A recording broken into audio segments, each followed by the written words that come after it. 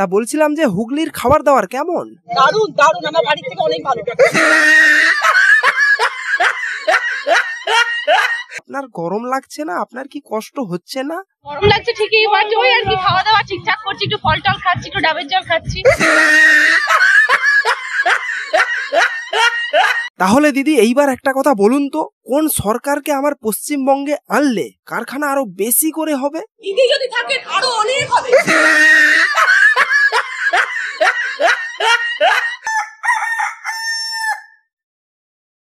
নমস্কার, আমি অভিজিৎ। আপনারা দেখছেন আমার ছোট্ট ইউটিউব চ্যানেল মেদিনীপুরের পোল্লা পোল্লা পোল্লা।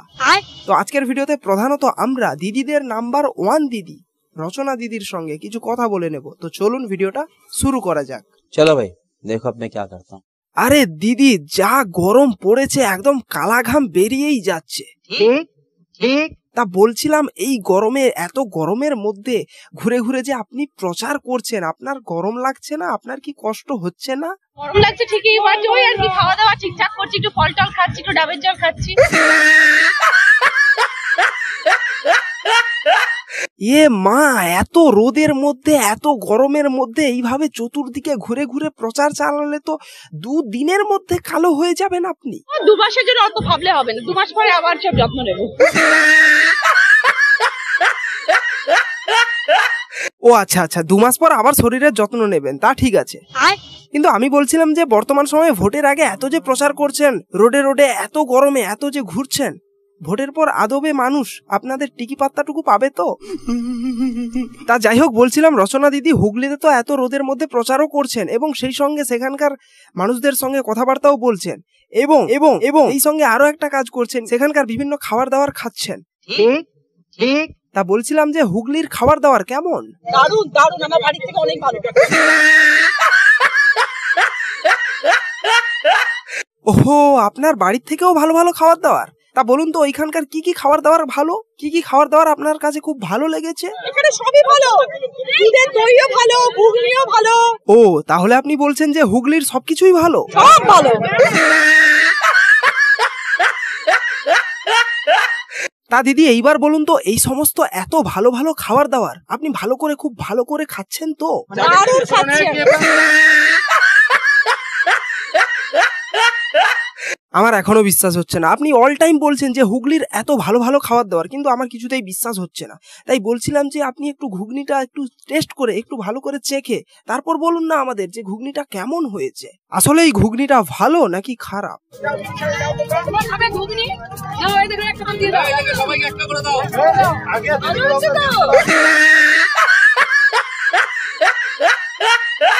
তা দিদি, বলছিলাম যে হুগলির থেকে যে আপনি এত কিছু খাচ্ছেন, তা আপনি একা খাচ্ছেন নাকি আদার্স কাউকেও খাওয়াচ্ছেন? শুধু খাওয়াবো না, এটা হতে পারে? ও, অন্যান্যদেরকেও খাওয়াচ্ছেন, তা ভালো কথা ভালো কথা। কিন্তু আমি এখন বলছিলাম যে এই খাবার দাবার একটু ছেড়ে এখন আমরা একটু ভোটের দিকে আছি। তা বলছিলাম যে দিদি, আপনি ভোট প্রচারে বেরিয়ে কি কি করলেন? আমি শুধু খাওয়ার মধ্যেই আছি। তা দিদি, ঘুগনি নিয়ে অনেক আলোচনা পর্যালোচনা করা হলো, এইবার একটু হুগলির দই নিয়ে একটু বলুন তো। না মানে, কলকাতার দই আর হুগলির দইয়ের মধ্যে কি পার্থক্য দেখলেন আপনি? হুগলির দই কেমন লাগলো আপনার? দইটা তো অসাধারণ।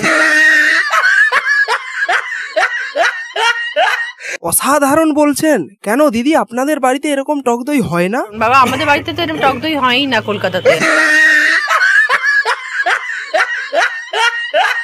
তা দিদি, আপনি বলছেন যে হুগলির ঘুগনি এত সুস্বাদু, হুগলির টক দই এত সুস্বাদু, এত টেস্টি সেখানকার খাবার দাবার, কিন্তু আমার একটা প্রশ্ন ছিল, ছোট্ট প্রশ্ন, যে হুগলির টক দই এত সুস্বাদু কেন হতে পারে? তার কি কারণ? সেই কারণটা কি হতে পারে বলে আপনার মনে হয়? এত ঘাস এবং গাছপালায় ভর্তি, আর সেগুলো গরু খাচ্ছে। গরু তো শাক পাতা খেয়েই বড় হয়, এবং সেগুলো খেয়ে হৃষ্টপুষ্ট হচ্ছে, আর তারপর তার যে দুধটা বেরোচ্ছে সেটা এত ভালো যে দইটা এত ভালো। এইবার একটু খাওয়া দাওয়া ছেড়ে হুগলির উন্নতির কথায় আসা যাক। তা দিদি, বলছিলাম যে হুগলিতে কি আদৌ কোনো কারখানা টারখানা হয়েছে? যখন এলাম তখন তো দেখলাম অনেক কারখানা হয়েছে। ও, আপনি যখন হুগলির পথে এসছেন তখন দেখলেন যে অনেক কারখানা হয়েছে হুগলিতে? তাহলে তো ওই কারখানাগুলোর চিমনির থেকে তো শুধু ধোঁয়া আর ধোঁয়া বেরোচ্ছে। তাহলে চিমনি থেকে শুধু ধোঁয়াই ধোঁয়া, অন্ধকার রাস্তা।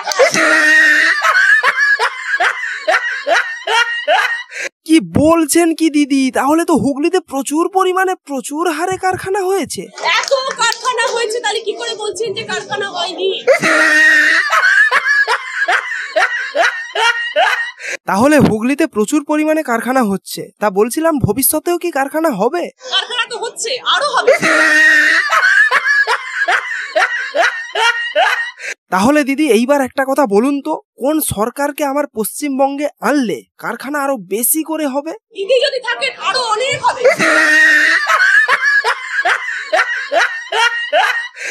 আমি এটা বলবো যে পশ্চিমবাংলার মানচিত্রে, পশ্চিমবাংলার যে মানচিত্রটা, সেই মানচিত্রে হুগলি জেলা যাতে সব থেকে উপরে থাকে সেটা রচনা বন্দ্যোপাধ্যায় চেষ্টা করবে। Are you comedy me? তা দিদি এতক্ষণ তো অনেক ধোঁয়া ধোঁয়া করলেন, কিন্তু সাধারণ মানুষ কি বলছেন জানেন? সাধারণ মানুষ তো বলছেন যে রচনা ব্যানার্জি তিনি আসলে বিড়ির ধোঁয়া বা শ্মশানের চুল্লির ধোঁয়া, এই সমস্ত ধোঁয়াগুলো দেখেছিলেন। তাহলে ওই যে সবাই বলেছিলেন ওটা বিড়ির ধোঁয়া দেখেছে রচনা। তা বলছিলাম আপনি একটু সাধারণ মানুষদেরকে দেখিয়ে দিন তো আসলেই আপনি কিসের ধোঁয়া দেখেছিলেন। আমাদের হুগলির ধোঁয়া, যে ধোঁয়া আমি সবসময় যাতায়াতের সময় দেখি, এটা হচ্ছে সেই ধোঁয়া। এটা কিন্তু সিগারেট বিড়ি ধোঁয়া নয়, এটা হচ্ছে মেশিনের ধোঁয়া। হলো, এইবার কি বলবে সবাই? এই যে আমি বললাম যে আমি রাস্তায় যাওয়ার সময় ধোঁয়া দেখতে পেয়েছি, কি ভুলটা বলেছিলাম দেখলেন তো? এরপরে আরো অনেক দেখতে পাবেন রাস্তাঘাটে, আমার বলতে হবে না, আপনারাই দেখতে পাবেন। তাহলে রচনা দিয়ে এবার অনেকক্ষণ ধোঁয়া টোয়া নিয়েও একটু কথাবার্তা হয়ে গেল, এবার পুনরায় আবার একটু খাওয়াতে ফিরে আসা যাক। তা দিদি বলছিলাম যে আপনি তো নিজেও ঘুগনি খেলেন এবং সাধারণ মানুষদেরকেও ঘুগনি খাওয়ালেন, তো সাধারণ মানুষদেরকে কি আর কিছু খাওয়াতে চান? এবার সবাইকে মিষ্টি খাওয়াবো।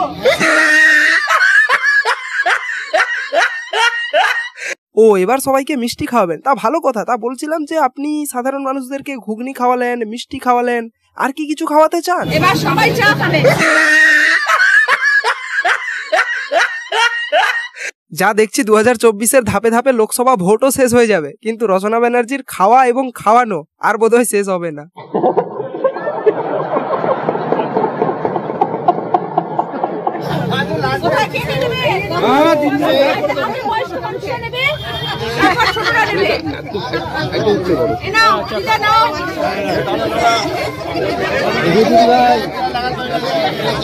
ভাই সত্যি বলছি, ভোটের সময় মানুষকে কি নয় কি করতে হয়। যে হয়তো নিজের বাড়িতে নিজের চা টুকু করে খায় না, সে এখানে চা বিলি করছে, চা বিতরণ করছে, ভাবা যায়। আচ্ছা দিদি একটা কথা বলো তো, যদি তুমি হুগলির থেকে জিতে যাও, যদি হুগলির মানুষজন তোমাকে জেতায়, তাহলে হুগলির মানুষজনদের জন্য সবচেয়ে বড় কাজ যেটা, সেই কাজটা তুমি কি করবে? বিজয়ী হই তাহলে সব থেকে বড় কাজ যেটা আগে করবো সেটা জি বাংলার সাথে আগে বসবো, আগে বসো, হুগলির দিদিদেরকে আগে ডাকো। আমার হুগলি জেলার মানুষ আমাকে জিতিয়ে নিয়ে এসছে, হুগলি জেলার দিদিদেরকে আগে দিদি নাম্বার মানে ডাকো, তারপরে সব দিদিরা আসবে। वाह दीदी, वाह दीदी, दीदी वाह दीदी, दीदी दीदी। দিদি এইবার আপনার কাছে আমার একটা ছোট্ট কোশ্চেন রয়েছে। কোশ্চেনটা হলো এই, প্রশ্নটা হলো এই যে এত সুন্দর যে মিমগুলো তৈরি করছি আপনাদেরকে নিয়ে, এই মিমগুলো আপনার খুব ভালো লাগছে তো? সুন্দর মিম তৈরি হয়েছে, বাপরে বাপ। আরে দিদি মিমগুলো তো সুন্দর তৈরি হচ্ছে, কিন্তু আপনার ভালো লাগছে তো? মিমগুলো দারুণ বানানো হয়েছে। যাই হোক, এইবার আমরা রচনা দিকে বাদ দিয়ে আমরা একটু মমতা ঠাকুমার সঙ্গে একটু কথা বলে নেব। তা বলছিলাম ঠাকুমা, শুনতে পেলাম যে আপনার বাড়িতে যদি ইডি কিংবা সিবিআই টিবিআই যায়, তার জন্য নাকি আপনি প্রস্তুতি নিচ্ছেন যাতে সেখান থেকে দ্রুত পালিয়ে যাওয়া যায়।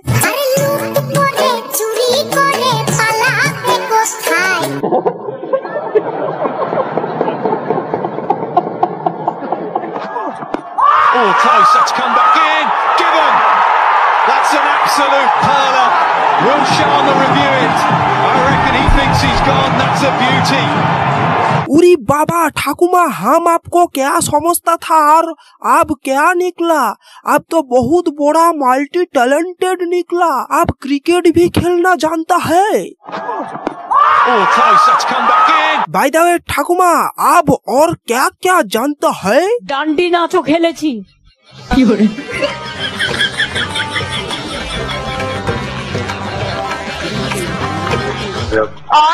আদিবাসী নৃত্যও করেছি।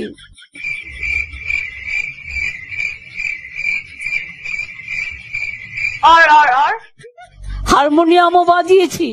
हाँ तो जाके बजाओ ना।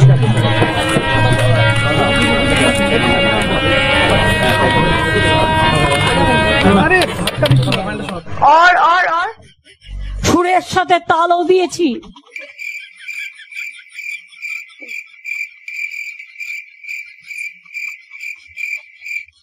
इतने तेजस्वी लोग हैं हमारे पास।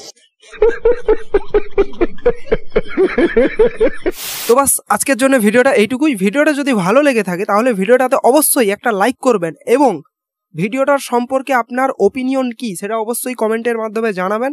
আমার চ্যানেলে নতুন হলে চ্যানেলটাকে অবশ্যই সাবস্ক্রাইব করে ওই পাশে থাকা বেল আইকনটিকে অলে প্রেস করে দেবেন, যাতে করে আমার লেটেস্ট ভিডিওগুলোর নোটিফিকেশন সবার প্রথমে পেতে পারেন।